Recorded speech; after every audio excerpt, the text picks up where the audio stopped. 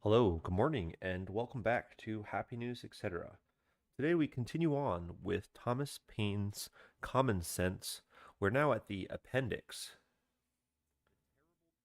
Without further ado, since the publication of the first edition of this pamphlet, or rather, on the same day on which it came out, the King's speech made its appearance in this city.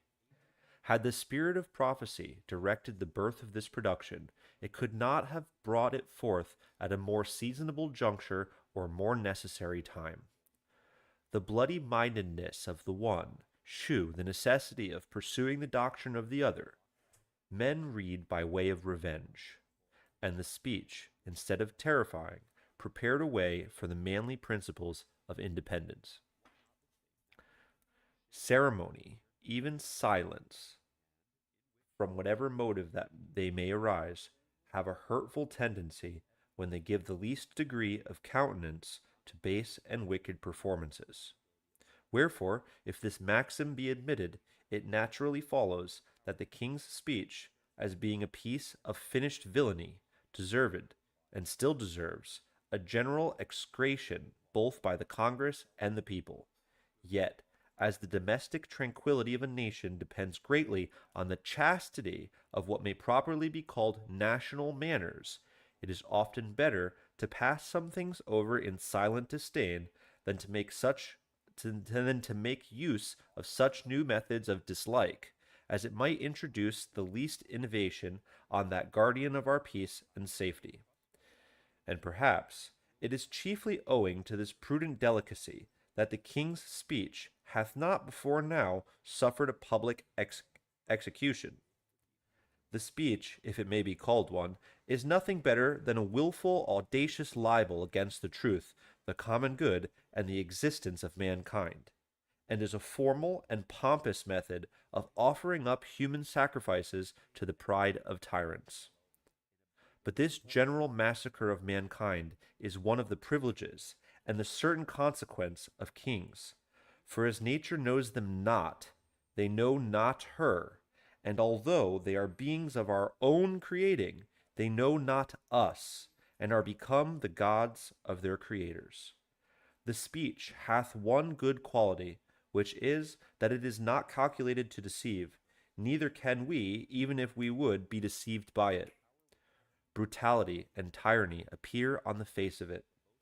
It leaves us at no loss, and every line convinces, even in the moment of reading, that he who hunts the woods for prey, the naked and untutored Indian, is less a savage than the King of Britain.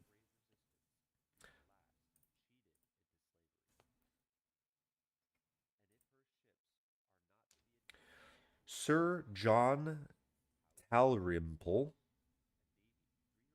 the putative father of a whining Jesuitical piece, fallaciously called the Address of the People of England to the Inhabitants of America, hath perhaps from a vain supposition that the people here were to be frightened at the pomp and description of a king, given, though very unwisely on his part, the real character of the present one.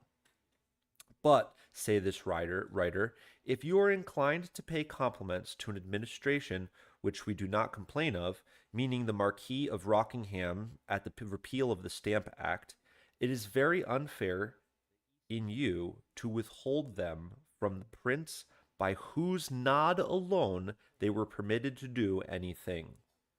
This is Toryism with a witness. Here is idolatry, even without a mask. And he who can calmly hear and digest such doctrine hath forfeited his claim to rationality, an apostate from the order of manhood, and ought to be considered as one who hath not only given up the proper dignity of man, but sunk himself beneath the rank of animals, and contemptibly crawl through the world like a worm. Intense. However, it matters very little now what the King of England either says or does. He hath wickedly broken through every moral and human obligation, trampled nature and conscience beneath his feet, and by a steady and constitutional spirit of insolence and cruelty, procured himself an universal hatred. It is now the interest of America to provide for herself. She hath already a large and young family, whom it is more her duty to take care of than to be granting away her property to support a power who has become a reproach to the names of men and Christians. Ye, whose office it is to watch over the morals of a nation, of whatsoever sect or denomination ye are of, as well as ye who are more immediately the guardians of the public liberty, if ye wish to preserve your native country uncontaminated by European corruption, ye must in secret wish a separation. But leaving the moral part to private reflection, I shall chiefly confine my farther remarks to the following heads. First, that it is in the interest of America to be separated from Britain. Secondly, which is the easiest and most practicable plan, reconciliation or independence, with some occasional remarks. In support of the first, the separation of America from Britain, in support of the first, I could, if I judged it proper, produce the opinion of some of the ablest and most experienced men on this continent, and whose sentiments on that head are not yet publicly known.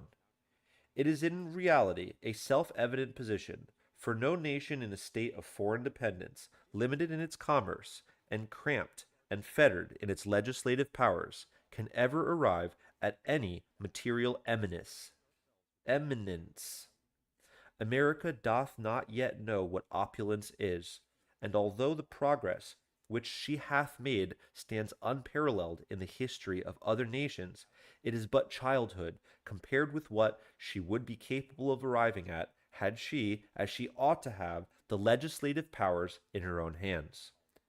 England is, at this time, proudly coveting what would do her no good were she to accomplish it, and the continent hesitating on a matter which will be her final ruin if neglected. It is the commerce, and not the conquest of America, by which England is to be benefited, and that would in a great measure continue were the countries as independent of each other as France and Spain, because in many articles neither can go to a better market. But it is the independence of this country of Britain or any other which is now the main and only object worthy of contention, and which, like all other truths discovered by necessity, will appear clearer and stronger every day. First, because it will come to that one time or another. Secondly, because the longer it is delayed, the harder it will be to accomplish. I have frequently amused myself, both in public and private companies, with silent remarking the specious errors of those who speak without reflecting. And among the many which I have heard, the following seems the most general, viz., that had this rupture happened 40 or 50 years hence, instead of now, the continent would be more able to have shaken off the dependence. To which I reply that our military ability at this time arises from the experience gained in the last war, and which in 40 or 50 years' time would have been totally extinct. The continent would not, by that time, have had a general or even a military officer left, and we, or those who may succeed us, would have been as ignorant of martial matters as the ancient Indians. And this single position, closely attended to, will unanswerably prove that the present time is preferable to all others. The argument turns thus: at the conclusion of the last war, we had experience but wanted numbers, and 40 or 50 years hence we should have numbers without experience. Wherefore, the proper point of time must be some particular point between the two extremes, in which a sufficiently of the former remains, and a proper increase of the latter is obtained. And at that point of time is the present time, and that point of time is the present time. The reader will pardon this digression, as it does not properly come under the head I first set out with, and to which I again return by the following position. Should affairs be patched up with Britain, and she to remain the governing and sovereign power of America, which, as matters are now circumstanced, is giving up the point entirely, we shall deprive ourselves of the very means of sinking the debt we have or may contract. The value of the back lands, which some of the provinces are clandestinely deprived of by the unjust extension of the limits of Canada, valued only at £5 sterling per 100 acres, amount to upwards of 25 millions Pennsylvania currency, and the quit rents at 1 penny sterling per acre to 2 millions yearly. It is by the sale of those lands that the debt may be sunk, without burthen to any. Burthen, interesting. And the quit rent reserved thereon will always lessen, and in time will wholly support the yearly expense of government, land sale. It matters not how long the debt is in paying, so that the lands when sold be applied to the discharge of it, and for the execution of which the Congress for the time being will be the continental trustees.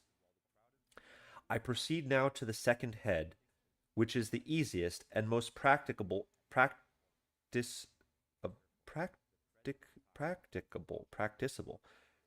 repeat, I proceed now to the second head, which is the easiest and most practicable plan, reconciliation or independence, with some occasional remarks.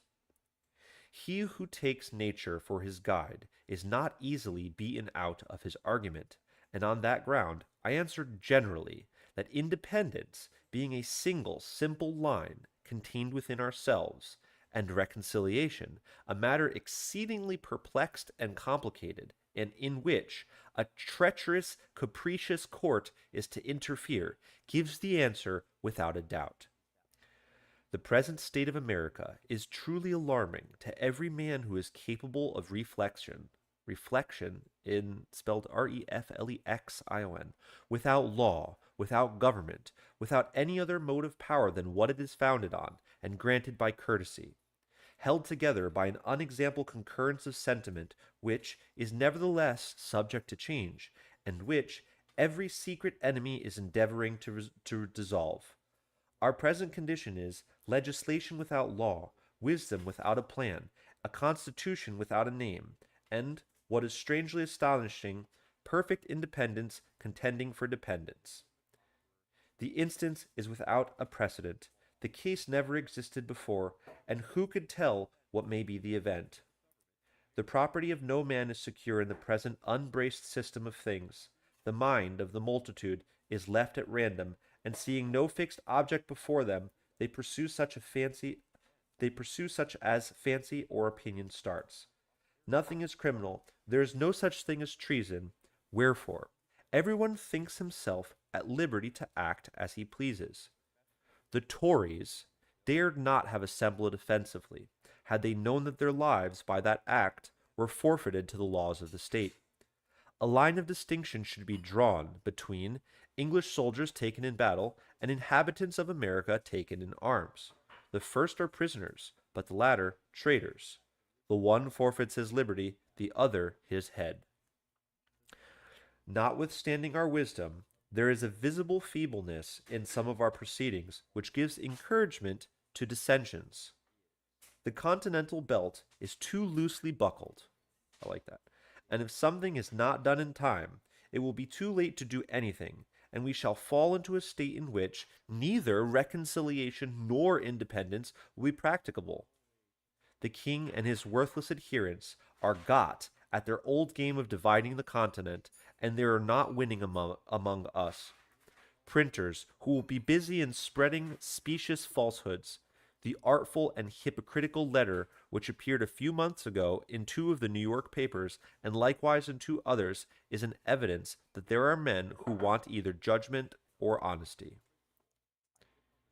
It is easy getting into holes and corners and talking of reconciliation, but do such men seriously consider how difficult the task is, and how dangerous it may prove should the continent divide thereon? Do they take within their view all the various orders of men whose situation and circumstances, as well as their own, are to be considered therein? Do they put themselves in the place of the sufferer whose all in already gone, and of the soldier who hath quitted all for the defense of his country? If their ill-judged moderation be suited to their own private situations only, regardless of others, the event will convince them that they are reckoning without their host. Put us, says some, on the footing we were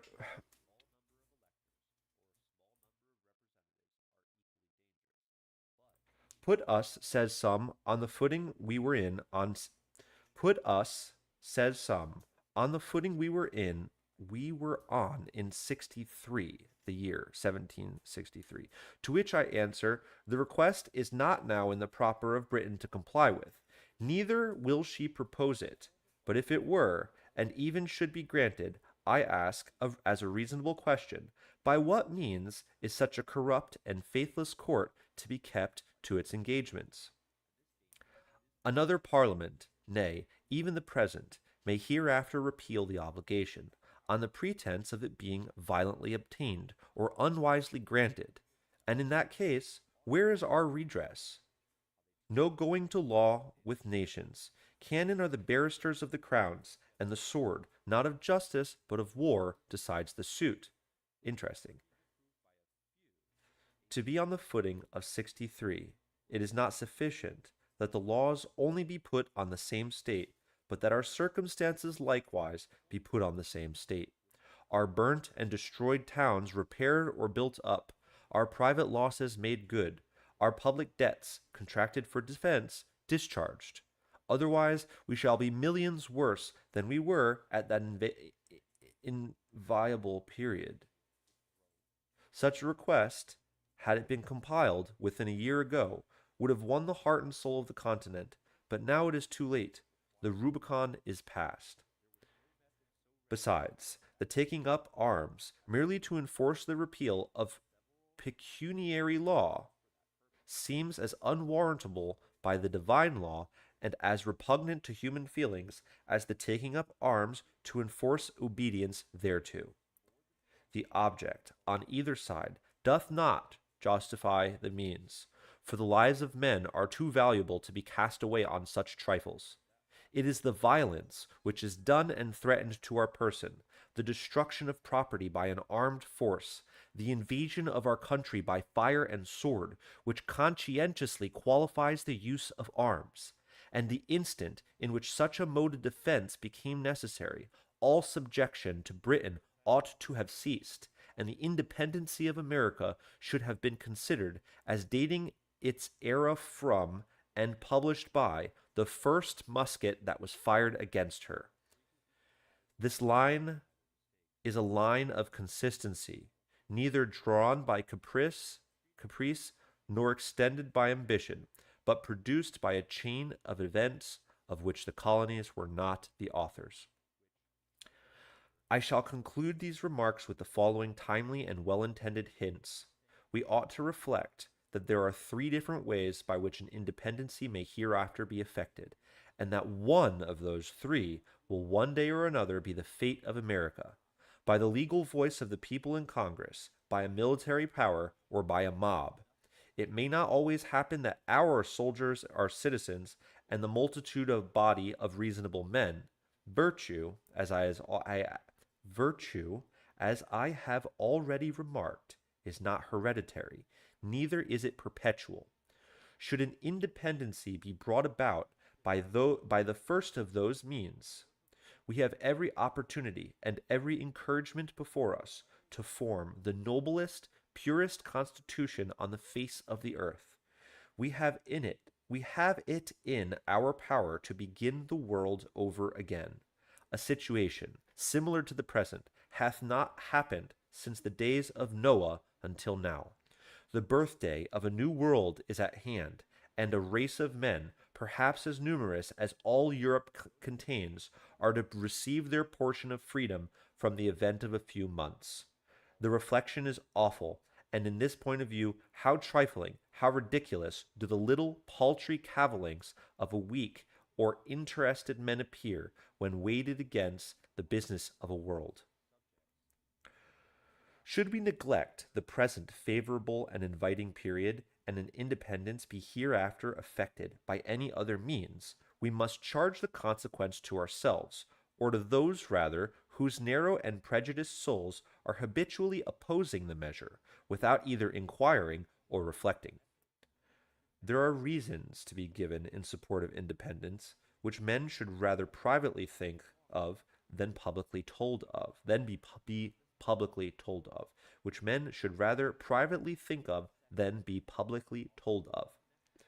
We ought not now to be debating whether we shall be independent or not, but anxious to accomplish it on a firm, secure, and honorable basis, and uneasy rather that it is not yet begun upon. Every day convinces us of its necessity. Even the Tories, if such beings yet remain amongst us, should, of all men, be the most solicitous to promote it. For, as the appointment of committees at first protected them from popular rage, so a wise and well established form of government will be the only certain means of continuing it securely to them. Wherefore, if they have not virtue enough to be Whigs, they ought to have prudence enough to wish for independence. In short, independence is the only bond that can tie and keep us together. We shall then see our object, and our ears will be legally shut against the schemes of an intriguing as well as a cruel enemy. We shall then, too, be on proper footing to treat with Britain, for there is reason to conclude that the pride of that court will be less hurt by treating with the American states for terms of peace than with those whom she dominates, rebellious subjects for the terms of accommodation. It is our delaying it that encourages her to hope for conquest, and our backwardness tends only to prolong the war. As we have, without any good effect therefrom, withheld our trade to obtain a redress of our grievances, let us now try the alternative, by independently redressing them ourselves, and then offering to open the trade. The mercantile and reasonable part in England will be still with us, because peace with trade is preferable to war without it. And if this offer be not accepted, other courts may be applied to. On these grounds I rest the matter, and as no offer hath yet been made to refute the doctrine contained in the former editions of this pamphlet, it is a negative proof that either the doctrine cannot be refuted, or that the party in favor of it are too numerous to be opposed. Wherefore, instead of gazing at each other with suspicious and doubtful curiosity, let each of us hold out to his neighbor the hearty hand of friendship, and unite in it in drawing a line which, like an act of oblivion, shall bury in forgetfulness every formal dissension. Let the names of Whig and Tory be extinct, and let none other be heard among us than those of a good citizen, an open mind and resolute friend, and a virtuous supporter of the rights of mankind and of the free and independent states of America.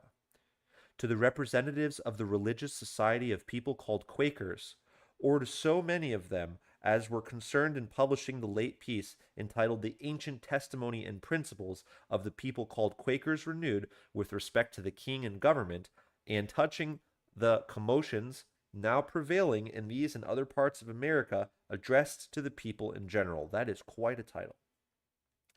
The writer of this, in one of those few who never dishonors religion either by ridiculing or cavilling at any denomination whatsoever.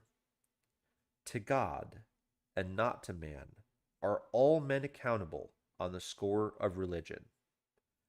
Wherefore, this epistle is not so properly addressed to you as a religious, but as a political body dabbling in matters which the professed quietude of your principles instruct you not to meddle with. As you have, without a proper authority for doing so, put yourselves in the place of the whole body of the Quakers, so the writer of this, in order to be on equal rank with yourselves, is under the necessity of putting himself in the place of all those who approve the very writings and principles against which your testimony is directed. And he hath chosen this singular situation in order that you might discover in him the presumption of character which you cannot see in yourselves. For neither he nor you can have any claim or title to political representation. When men have departed from the right way, it is no wonder that they stumble and fall. It is evident from the manner in which ye have managed your testimony that politics, as a religious body of men, is not your proper walk. For however well adapted it might appear to you, it is, nevertheless, a jumble of good and bad put unwisely together, and the conclusion drawn therefrom both unnatural and unjust. The first 2 pages, and the whole doth not make 4, we give you credit for, and expect the same civility from you, because the love and desire of peace is not confined to Quakerism. It is the natural, as well as the religious wish of all denominations of men. And on this ground, as men laboring to establish an independent constitution of our own, do we exceed all others in our hope, end, and aim. Our plan is peace forever. We are tired of contention with Britain and can see no real end to it but in a final separation. We act consistently because for the sake of introducing an endless and uninterrupted peace do we bear the evils and burthens of the present day. We are endeavoring, and will steadily continue to endeavor, to separate and dissolve a connection which hath already filled our land with blood, and which, while the name of it remains, will be the fatal cause of future mischiefs to both countries. I will conclude tomorrow with his concluding remarks. I want to thank you all for being here. If you have any ideas or reflections, I'm excited to talk about this in the chat. It's clear he's making the case for separation, and that's obviously what happened, and it was a bloody war.